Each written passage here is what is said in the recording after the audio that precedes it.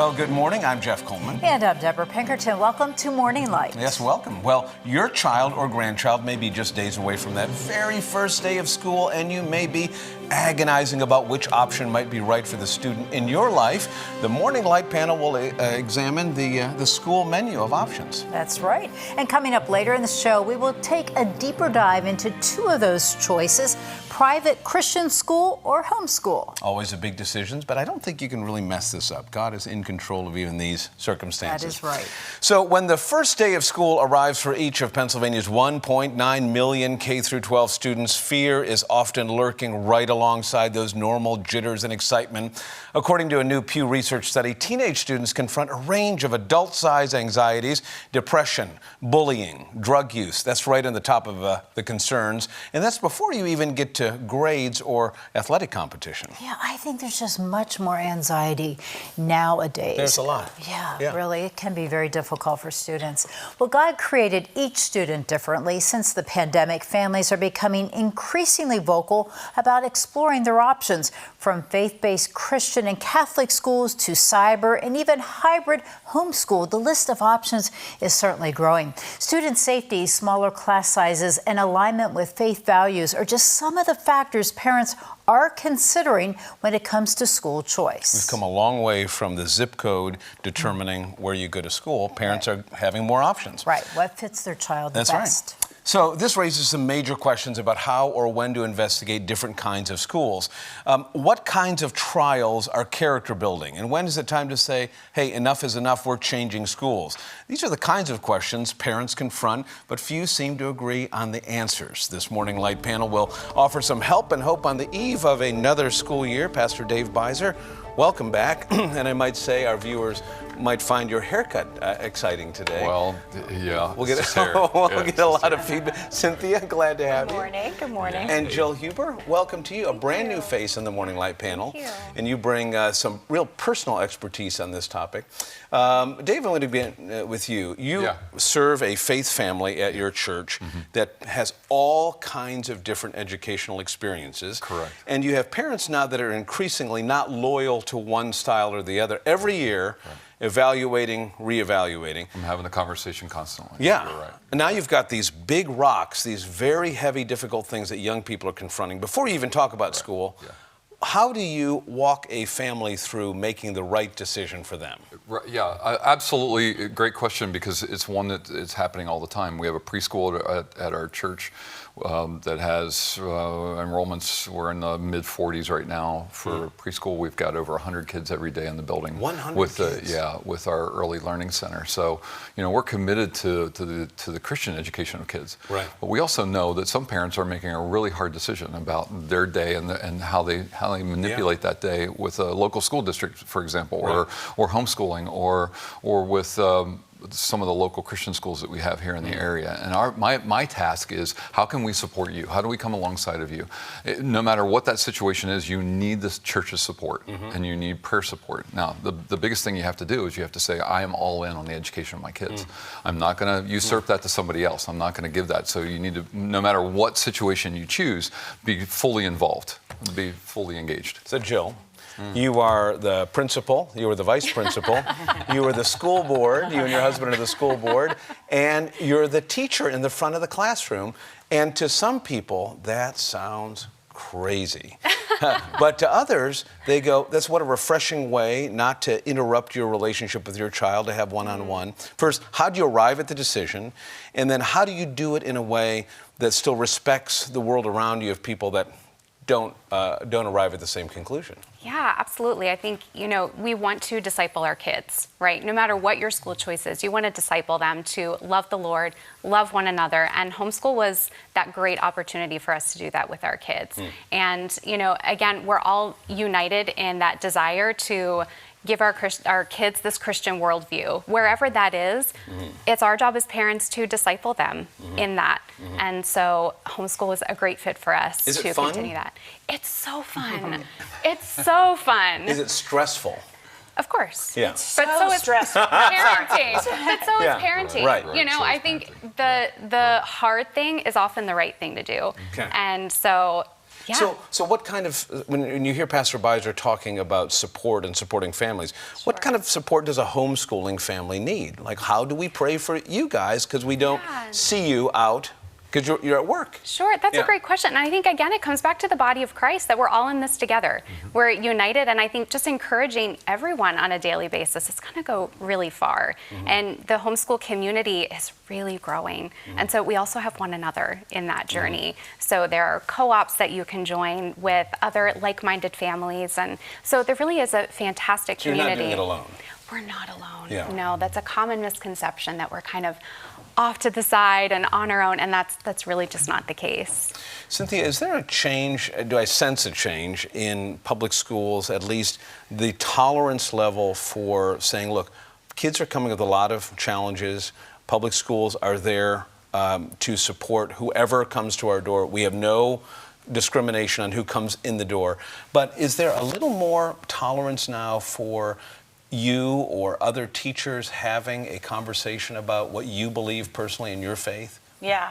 So 2 words, interesting: tolerance and challenges. So what I think is really important for families that are deciding to go to a public school, at least where I am, but probably everywhere, is there are lots of Christian teachers and aides and administrators that are at that school who are not afraid to share their faith. And so if that's a concern, that should be talked about. And rather that's with an administrator before they make that decision, or with a friend that may be, Christian-based within the school district. But there should not, in most cases, be a fear that a Christian student should walk in the door and go, ooh, I don't want to share my faith with anybody. Right. So, as with anything, I think we struggle sometimes as Christians to walk our walk. Sometimes does it look different? But what are we willing to do to step into the school and go, we're struggling here, there's a reason, and now let's walk through it. But there, you can, whatever you need in that district, faith-based as well, I think you can find. So really speaking up, you've got to say something. Don't sit and stew. Absolutely. And say, I'm out of here immediately. There are also key words. I'm not silly enough to think I'm going to walk up to every student and say, let's go over here and pray. I have to pray with you. But when you walk through the halls and say, like, I hope you have a blessed day, those words are keys to somebody that maybe as you would at McDonald's or Chick-fil-A or Sheetz or wherever you are. Absolutely. So for young people today, what they are facing and confronting, what is the best thing a grandparent or a parent can do to come alongside a student, no matter where they're going to school? Right. What is the best way to stay encouraged? If you know you're going to have 10 minutes with your grandchild, right. They're visiting your house, how should you use that time? Right. I think the first thing I want to do is I want to find out what you're learning. Tell me more about what you're learning and what excites you about learning right now. What gets you excited, and how can I help you be more excited about the things that are draining you? I also want to be engaged in saying, I've been some places. Can I tell you about my experiences that relate to the things you're learning? Right. Yeah. Don't hide be transparent. Right. Don't hide the bad stuff. Right. Yeah. So that you're helping them navigate, and you're being a support structure in that process. Okay. Grandpa, how was this when you were you were that age? Instead of coming in, back when I was your age. Right. That's less lecture, more listen. Correct. Yeah. There you go. Good. Okay, so parents are right at the edge of making this decision. They think, all right, we still have some time. Let's get around the kitchen table and ask some deep questions. What are the questions you should be asking yourself about how to make this decision, knowing that one size is not going to fit all? Yeah. Some people need these different school environments, but for what you've chosen, homeschooling, what are the questions to ask? Yeah, I think it's okay to go against the grain. It can be intimidating to do what most people are not doing, but you are the expert on your child. You know where they're going to thrive. You know what's best for them, and that's empowering. And I think we forget the powerhouse we have with the Holy Spirit. Prayer is the most powerful tool we So have. how do you pray for your kids? Like, what are the words that you use to pray for your kids? You know, I pray that they can live into the purpose that God's called them to, and that I can be a part of that I can disciple Live them. into the purpose God has called them to. Yes, because we're each made so uniquely. Right. My role is to bring out that uniqueness in them that God has put in them for a purpose, for His kingdom. What a beautiful job. What a beautiful role I have as their mom and their educator to call them to that. It's a heavy-duty responsibility you've got. Oh, it's the I greatest. found myself praying that same prayer for my kids, and now I'm praying it for my grandkids. And not only that, I pray for their spouses, their future spouses. And you've had a new pray grandkid in your... 2 John, months ago. congratulations. Right, it's Yeah. fantastic, and little Molly. And so, I've already started praying for her husband. I've already started praying for my grandson's wives, and that they would find a man and women who can, support them and be equally yoked and it's do cool life to see together. when those prayers are answered. Oh my Like, gosh, I saw that's it the answered guy in my I was own praying kids, for. and now I want to see it answered in my grandkids' lives. Yeah, Beautiful. And so that's that purpose. My kids found what did God build you to do, Right. and then how are you going to do it, right? Right. Yeah, and how can I help you get there? Yes. It's great. Cynthia, you're in the middle and you're wearing yellow, so you get the final question here today. Yeah, thorn between roses. So yeah. you're walking into public school settings, different classrooms, lots of challenges. What are you asking God for help in to stay alert, to stay present, to not overlook people who are experiencing some of the things on those lists, the anxieties and fears about being at school? Yeah, I try not to pray for patience because that's, I feel like, when challenges come the most. I just pray that I can walk through the halls with some grace, with a quiet spirit about me, with some peace, because historically I love dealing with the kids that don't love dealing in the system. So I hope He brings those kids to me. Well, you're certainly gracious on this panel, Jill. Well, so glad to have you. Thank you for having me. Pastor Dave, always helpful. Great Thank to you be here. very much. Well, your child's education is about more than a diploma or grades. I think you'd agree with that. The Christian School Association of Greater Harrisburg equips students to become leaders who will impact the world for Christ. You're watching Morning Light right here on Lighthouse TV.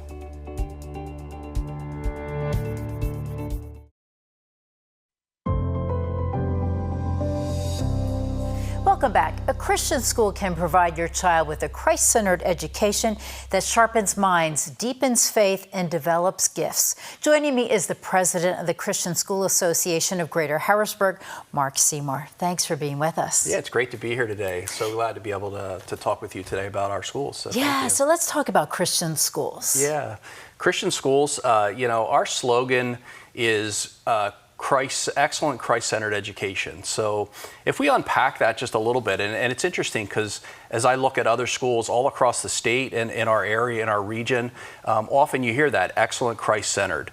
We don't believe on an excellent education, unpacking that, we don't believe that our students should receive anything less than they would get at any other place, education-wise. So we provide a great curriculum. We provide really good individualized attention. Our students are really prepared for life. And then Christ-centered, everything that we do, we integrate faith into the classroom, into the activities of a student. So faith is integrated throughout everything that we do. And so it's not just a Bible class. It's not just chapel on Wednesday morning. It's really what we do every day with students. As Christians, it almost seems obvious what the benefits are. Yeah, the benefits, when I think of the benefits of our schools, you get basically an integration of faith into the classroom, and that everything that you do that's in our schools is really supporting your faith. And students and parents, they come to us because they want to be in a like-minded community. They want to know that peers, other parents, they want to know that their faculty members are also Christians, and that their faith is being grown through that experience. So. Yeah. And there is really so much comfort there. How do you see students' faith grow throughout the years? I think, I know this is true at our schools, but I'm sure it's true really at any Christian school. The faculty, the teachers that are involved with students are also Christians, and they become a mentor. They're really walking through life with their students. They're investing their careers and helping students not only grow academically, but in their faith. And so really just saying, hey, there's mentors every day that are pouring into the life of that student. And I think that that's what parents want. They ask us to say, okay, I'm bringing my child to school, and they want our Christian adults to really sort of really invest in the life of their student academically and spiritually.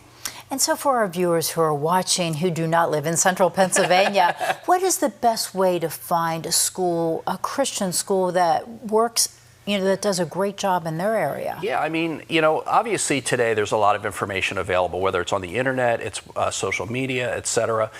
Do an investigation in your area, find out what schools are there. Maybe ask other parents that have their child at a Christian school. But I would reach out to the school, I would go visit, I would check them, sort of visit and say, okay, what are the kinds of experiences that are going on at your school? Hey, my child's really interested in sports, or they're really interested in music. What are the programs that you offer? So I would say reach out, investigate, interview the school. Come in and say, hey, I'm thinking about your school. Tell me about you.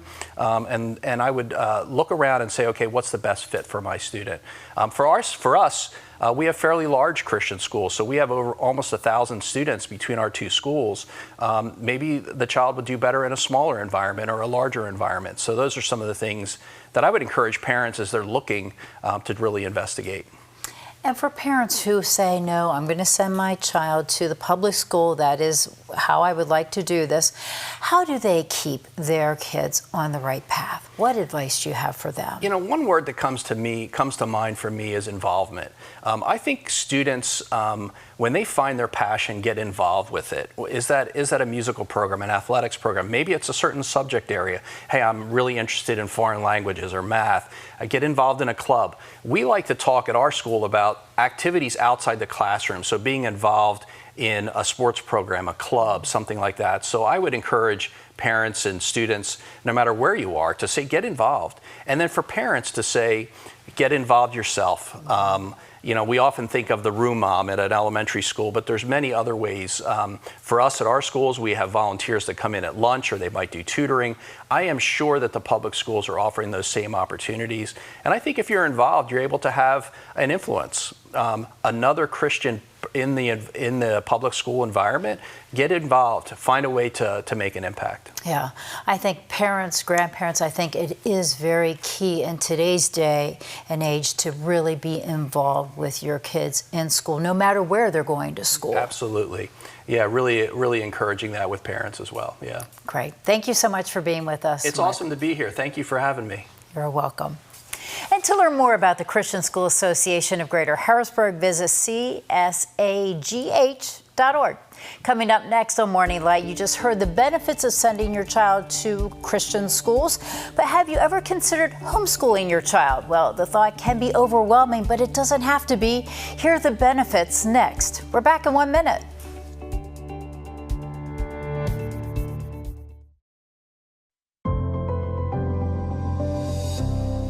In our last segment, you heard about the benefits of sending your children to a Christian school. While that is a good fit for some students, that is not always the case for others. So some parents turn to homeschooling. Joining me to talk more about this type of education is Jill Huber, who homeschools her children. Thanks for being with us, and thanks for being with us on the panel this morning as well. So talk to us about the decision as far as being a homeschool parent. Yeah, so there were a lot of factors that went into the decision. My husband and I really wanted our children to have that Christian worldview in their education. But in order to send our kids to a Christian private school, which we were planning on, it was a lot of money, and I would have to go back to work to do that. And it was a priority for us that I was home with my children. And additionally, after spending some time in the traditional school model, we realized that it was really built for kids who fit in a box. And we had outside the box learners. And so I wanted to give them the opportunity to thrive. And I didn't want someone else to have the best hours of the day with my kids. I wanted that time with them. So homeschool was the best option for us. So it's a win-win for both parents and for the children. So talk to us about really some of these key benefits. Yeah, there's so many benefits for kids who are homeschooled. I think, there's a lot of freedom and flexibility in this, that if I have a motivated learner who wants to finish by noon, they can do that. And then we've got the afternoon to adventure, take a field trip that is solidifying the lesson that we just learned. We can go visit family, be out in the community. And, I think there's a lot of grace for the differences, that we can cater education to our child's learning style, to their specific needs. If there are special needs, we can cater to that. And there's grace for the day, how you want to spend it. What are the best hours of the day for your children? There's a lot of grace and freedom and flexibility.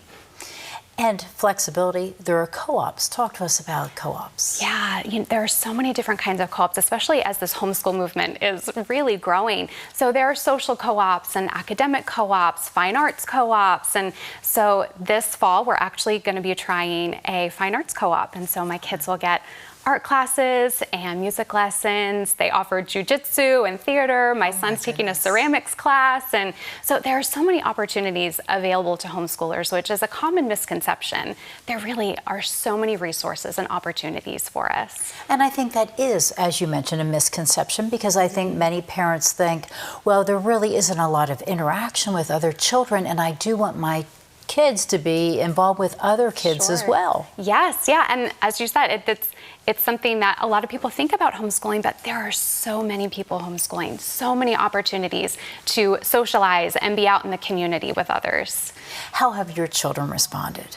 Well, they have loved it. They have loved the flexibility of it. As I said, that they can finish by noon, and we've got the rest of the day. And, we've seen kids coming off the bus at 4 o'clock sometimes, and they will say to me, Mommy, I feel so sorry for them, that we've been done for hours and we've been able to do all of these things and even pursue their interests that they may have. And so it's been a huge blessing for our family that my kids can learn time management, that they can prioritize their time to finish so that they can move on to other things. Right. For parents who are watching, grandparents, they may say, oh my goodness, this is too difficult. I don't think I would be able to go through all of this. What is your advice to them? Because there is support. Absolutely, yeah. And I would say I've been there. We've all been there. I think it's an intimidating thing to go against the common thing that people do, but there are so many available resources for families. Homeschool Legal Defense, HSLDA, is a fantastic resource for people in any state. They have all 50 state requirements on their website that people can go to and ask all the questions. And again, there are co-ops that you can go to where there are like-minded families, and there's a huge community, a huge support system. And so it's a fantastic journey for a lot of families. And if it's something you are considering, I think it's really something you need to pray about and see if this is the right direction that you want to take your family. Sure, yeah, prayer is absolutely the first step. God has shown us again and again that He provides everything that we've needed for each year. And we take each year one step at a time. Okay, God, is this still what you have for us? Prayer is absolutely the first step. Great. Thank you so much for being with us this morning. Having me. And have a wonderful school year. Thank you. I appreciate that. And if you are considering homeschooling your child, you can check out chaponline.org for more resources. Stay with us. We are back right after the break.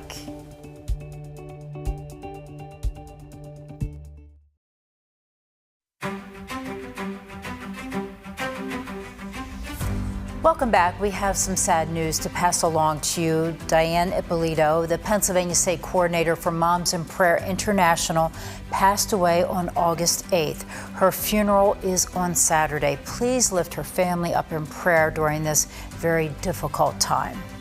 And coming up tomorrow on Morning Light, the mission of 10 Million for Christ is to create opportunities for God's people to share the gospel. How a Bible camp in Romania is helping spread the love of Christ through English classes. And that's a look at what's coming up tomorrow on Morning Light. Now, Jeff, your closing thoughts. Well, Deborah, by the way, what a great show. I thought that all of our panelists today and your special guest, Jill, offered some real practical help for parents making a tough decision about where to send their kids to school. It is a very difficult decision, but I think overall you need to pray about it and figure out what way God is leading you. Indeed. Well, great conversations today. Well, the outcome of this weekend's summit between President Donald Trump and Russian leader Vladimir Putin couldn't be more consequential. Tens of thousands of lives depend on it. Success comes down to how both men use the power of their words, the tongue. As it says in the New Testament book of James, the tongue has this incredible power to set a forest on fire or worse. So here's a challenge. While those two men are meeting in Alaska, trying to stop a war, think about what you can do in your own community. Think about hosting your own summit, maybe in your kitchen, maybe your front porch, maybe your backyard, maybe with someone who needs to be forgiven or a person you might have hurt along the way. Maybe it's a text, maybe it's a call, maybe it's a Facebook message. It doesn't take a whole lot, but the power of what you can do with just a few words to diffuse a bomb, to rebuild a relationship, could be equally as powerful to what's happening in Alaska. But use your power to stop the war in your neighborhood. Bring peace to your own heart, and then to your own block, and then to the own war in your war-torn family. You won't regret it. What does the Bible say about it? Blessed are the peacemakers. Be a peacemaker this week, and while they're meeting in Anchorage, make some peace in your community. For Deborah and the entire Morning Light team, I'm Jeff Coleman. Thanks for watching today. Be sure to check on your neighbors. They need you, and we'll see you again right back here tomorrow morning.